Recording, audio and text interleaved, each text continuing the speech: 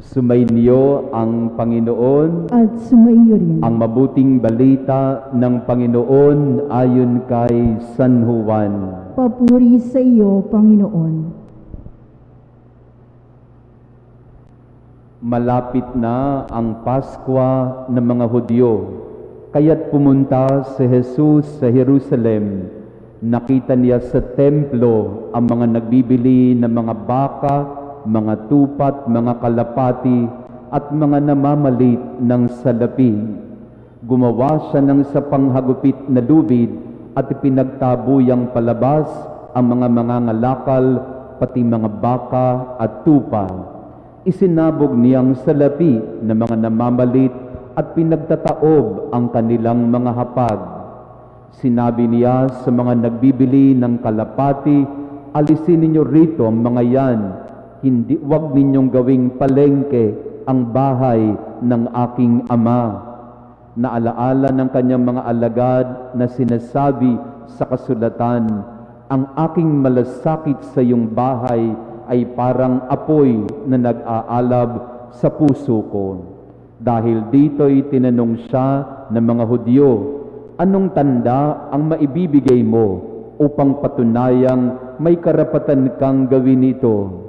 Tumugon si Jesus, "Gibain ninyo ang templong ito at muli kong itatayo sa loob ng 3 araw."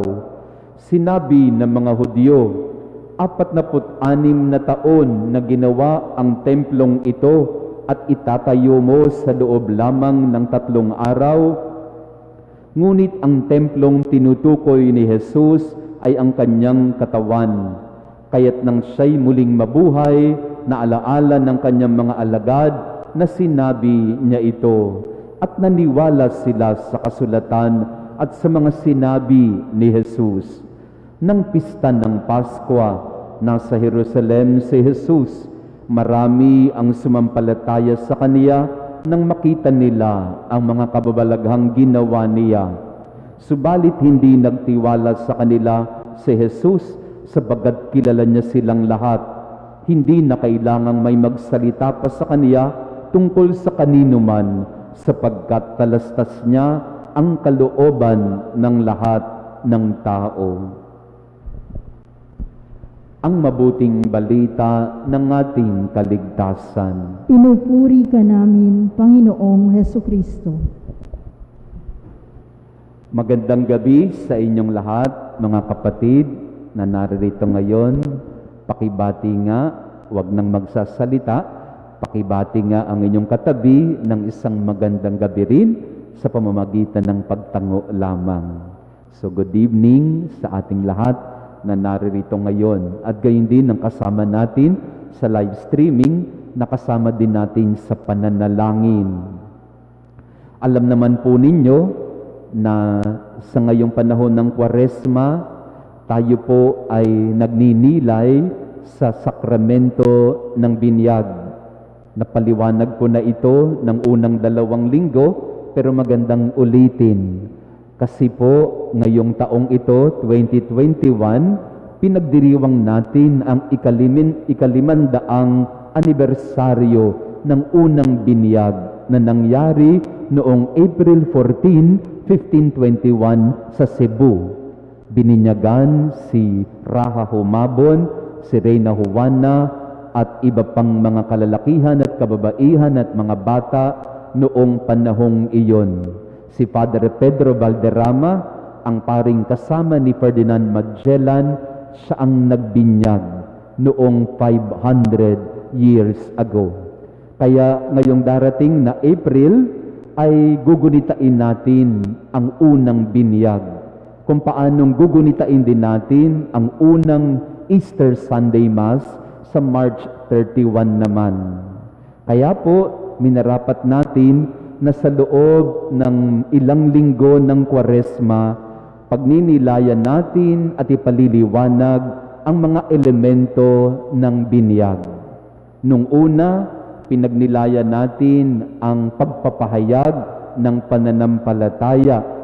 Sinabi natin na ang binyag ay ang pangako ng pagtitiwala sa Diyos at pagtalikod sa kasalanan.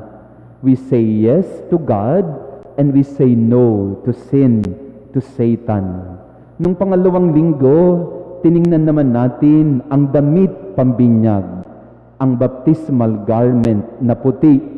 At sinabi natin nung isang linggo, ang damit pambinyag ay simbolo ng pagiging anak ng Diyos natin. Dinamitan tayo ng damit ng Diyos. Tayo ay tao, pero inangkin tayo, dinamitan tayo ng pagiging anak ng Diyos. Ngayon naman, isang elemento ulit ng binyag ang ating pagninilayan, ang tubig pambinyag. At kung kayo ay nakakita na ng binyag, kasi nung bata pa tayo, hindi natin alam kung ano ang nangyari nung tayo bininyagan, ginagawa ng pari ay binubuhusan niya ng tubig ang ulo ng batang bibinyagan, babanggitin niya ang pangalan at sasabihin niya, binibinyagan kita sa ngalan ng Ama at ng Anak at ng Espiritu Santo. Ang pagbubuhos ng tubig, obviously, ay tungkol sa paglilinis ng kasalanan. Simbolo ng kadalisayan at kalinisan ng puso, ng buhay, ng isang binibinyagan. Our sins are washed away. The original sin is erased by virtue of baptism. Sa madaling salita, yung tubig nagsisimbolo ng paglilinis. Kung paanong ang tubig ay simbolo din ng buhay. Ito po ang diwa ng ating mga pagbasa ngayon. Sa ating unang pagbasa, narinig natin ang 10 utos ng Diyos na pinaliliwanag sa aklat ng Exodo. Ano ba ang mga batas na ito? Paglilinis at pagtutuwid ng ating buhay. Sapagkat kung may alituntunin, mayroong kaayusan. Pag walang mga alituntunin, ano ang resulta? Kaguluhan. Di po ba ganyan na nangyayari sa daan? Pag walang traffic light, kanya-kanya ng banat ang mga driver, magulo. Pero may traffic light, may stop and go, alam mo kung kailan ka titigil, alam mo kung kailan ka magbibiting the red light. Yan. So, nagkakaroon ng mga aksidente kasi pula na nga, hinihirit pa rin. Ilang beses na rin ko pong nakita yan dito sa may Bimapa. Kasi ako po yung nagmumotor. Maraming mga kamote riders. At talagang nakikita mo ng pula. Hindi porket motor ka, pwede mong isirit yung motor mo. Kita mo ng pula pipilitin mo pa. Ayan, bangga ka. Pag hindi sumusunod sa batas, gumugulo. Yun ang diwa ng mga alituntunin. Sabi sa unang pagbasa, iisa lang ang Diyos mo. Bakit mahalaga yun? Kasi pag marami kang sinasambang Diyos, makakalimutan mo yung tunay na Diyos at sasambahin mo ang iba.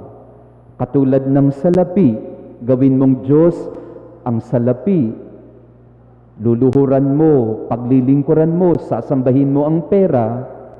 Natural, makakalimutan mo ang tunay na Diyos kasi pera ang iyong sasambahin.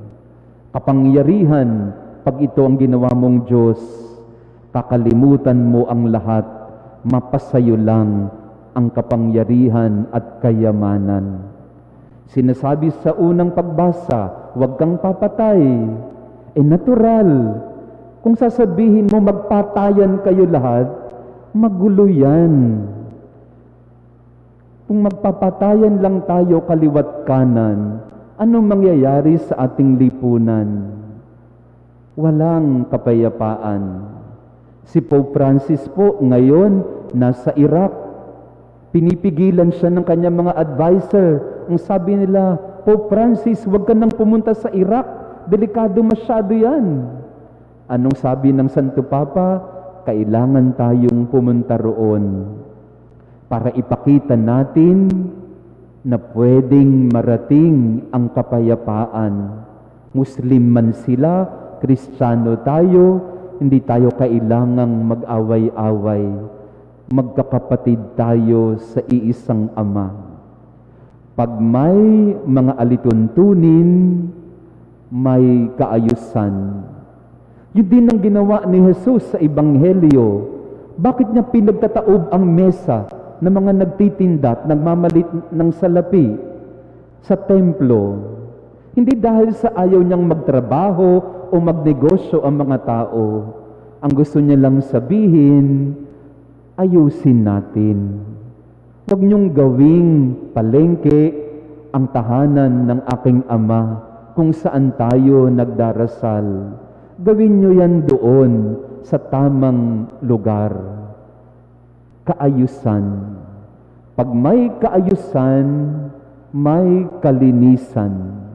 Pag walang kalinisan, pag marumi, magiging magulo, mawawalan ng kapayapaan. Yun ang dulot ng tubig.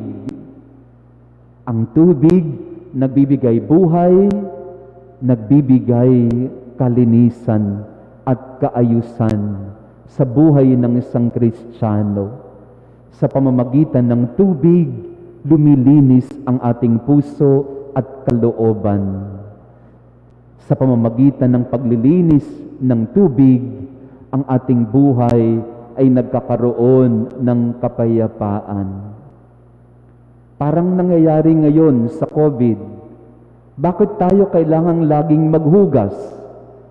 Bakit kailangan laging maglagay ng alkohol? Para maging malinis. Bakit dapat maging malinis? Para hindi kapitan ng sakit. Ganun din ang vaccine. Bakit kailangan mong magpabakuna? Ang vaccine naman ay tubig lang na nilagyan ng gamot na antivirus. Ano ang gagawin ng vaccine? Tubig na magliligtas sa iyo sa sakit. Yun ang simbolismo ng tubig sa binyag. Binabakunahan tayo, pinaliliguan tayo, nililinisan tayo ng tubig ng pagpapatawad, ng grasya, ng pag-ibig ng Diyos. Kaya nga ito ang hamon sa atin sa araw-araw. Maging malinis nawa ang ating puso. Linisan nating lagi ang ating kalooban. Kasi pagka magulo, walang kapayapaan, lagi tayong nasa dilim. Tingnan nyo lang ang mga kwarto po ninyo. Pag magulo, magulo din ang isip mo. Pero pag malinis, maaliwalas din ang mukha mo. Bakit laging galit si nanay mo? Kasi kung saan-saan natatapon ang mga pinaghubaran, mga medyas at kung ano-ano pa. Bakit laging galit si nanay mo? Kasi nakahambalang ang mga plato at kaldero, walang naghuhugas, lahat tamad. Tingnan ninyo ang katabi ninyo, naghuhugas ba yan? O pagkatapos kumain, itsa lang ng itsa ng plato at kung saan-saan. Bakit magulo ang bahay? Kasi walang gustong mag-ayos. Lahat tamad, tinatamad, mag-ayos at maglinis. Bakit ka iniiwasan ng mga kaibigan mo? Kasi di ka naliligo. Mag-ayos. Kasi pag malinis, hindi lang ang pisikal na anyo, pag malinis at may kaayusan sa kalooban at sa isip, mayroong aliwalas na disposition sa buhay, mayroong kapayapaan at kagalakan. Kung may malinis at dalisay na puso ang isang tao, may kapayapaan. Yun ang dulot ng tubig ng binyag. At ito rin sana ang lagi nating dadalhin sa ating pang-araw-araw na buhay, ang malinis na puso at isipan.